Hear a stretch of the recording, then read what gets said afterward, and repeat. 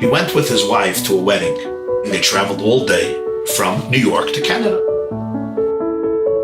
They come to the wedding, and he's starving. He didn't eat all day. They didn't stop. They had to be at the wedding. Finally, the dance is over. They sit down, and the waiter serves him the chicken.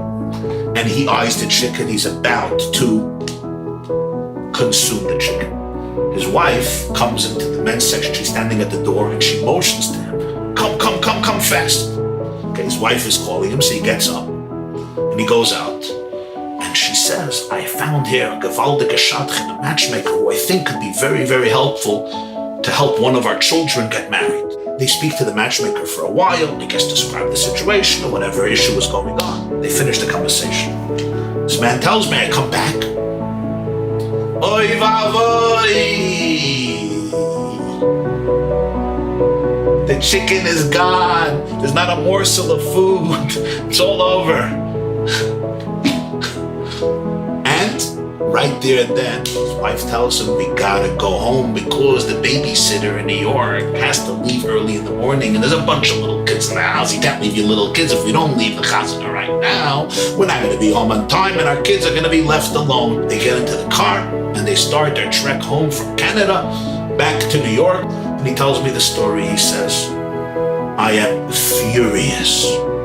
I am so angry at my wife, I just can't speak to her. And she's very calm and nice and kind and jolly, and she's like, how you doing?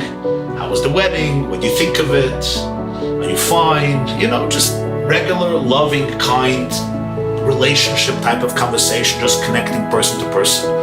And he tells me, I am furious. You know when you're so angry, there's like nothing else? Like that's the only reality?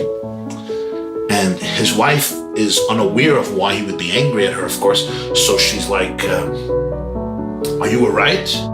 But he's burning up in anger, and he doesn't even know why. And then it dawns on him. The chicken. She called him out to speak to a matchmaker, and what happened? He never got to eat the chicken, and he's starving. And he started to smile to himself. And then he shared it with her, and he said, you know, I'm very angry at you. Why? What happened? Chicken.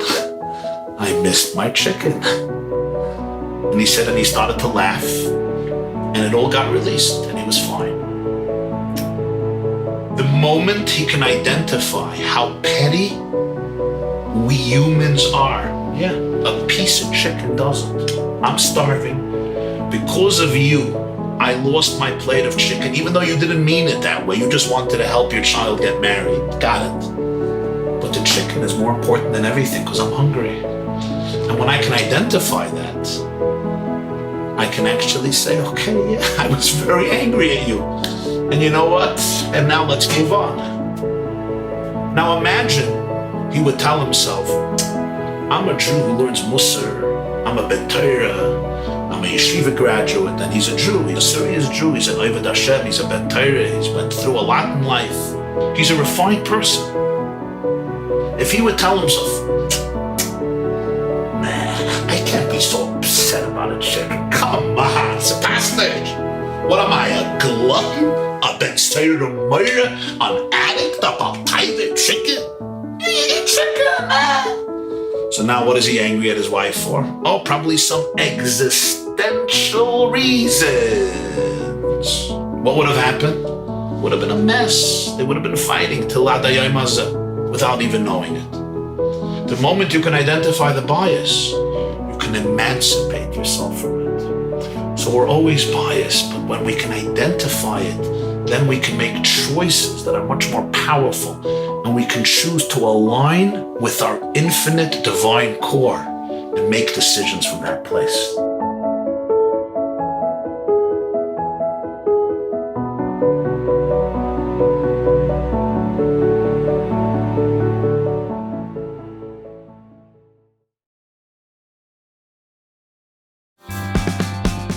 Watch the full class at theyeshiva.net.